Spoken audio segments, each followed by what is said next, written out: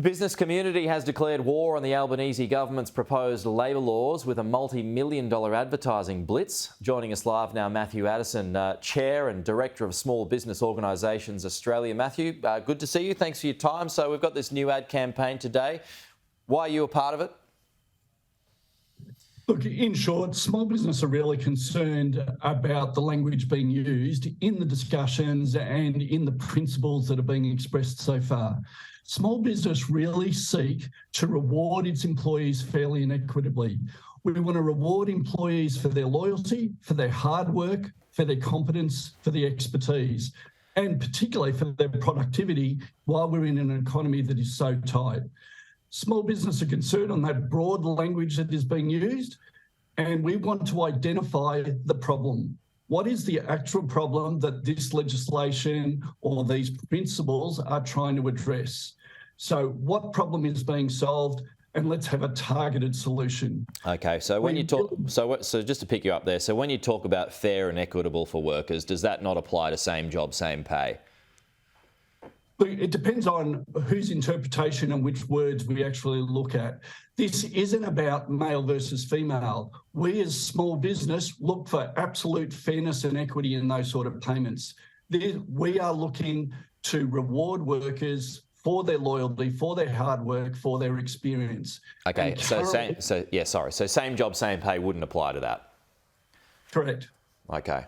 So I mean, were you included in the consultation process? The consultation continues. The consultation sometimes uses language and very broad language. We have been able to input as employer bodies to the department and to the Minister's office our concerns about the language and the type of principles that are being talked about. Okay. The conversation shifts, the consultation continues, but we as employer bodies on behalf of small business are saying we really need to launch this campaign to ensure that our voice gets heard. What's the problem we're trying to fix? And let's target the solution. So what are your fears then if same job, same pay proceeds as is, as part of this whole tranche? Where does this lead to for business?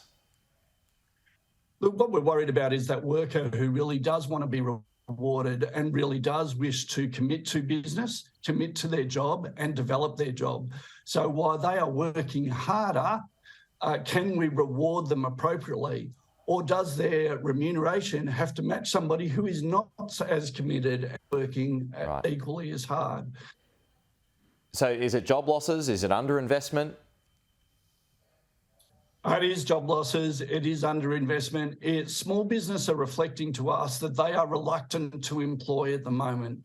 They're really quite concerned about what these new laws may end up being and what are the obligations on them and how will it restrict them going forward. Right. We've got individuals with really good ideas, an entrepreneurial spirit that's looking to expand their business, and they are currently reluctant to bring people on to help them develop their really good idea. Okay, so just final one here. I mean, Tony Berkey, it's all about getting wages moving. Loopholes need to be closed, you know, when it comes to pay conditions, when it comes to claims of exploitation as well, particularly when it comes to migrant workers. Do you agree that there needs to be some changes done because wages, as we know, had stagnated in recent years?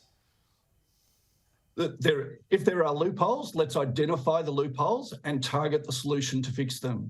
If there is discrimination going on, let's find the way to fix those appropriately.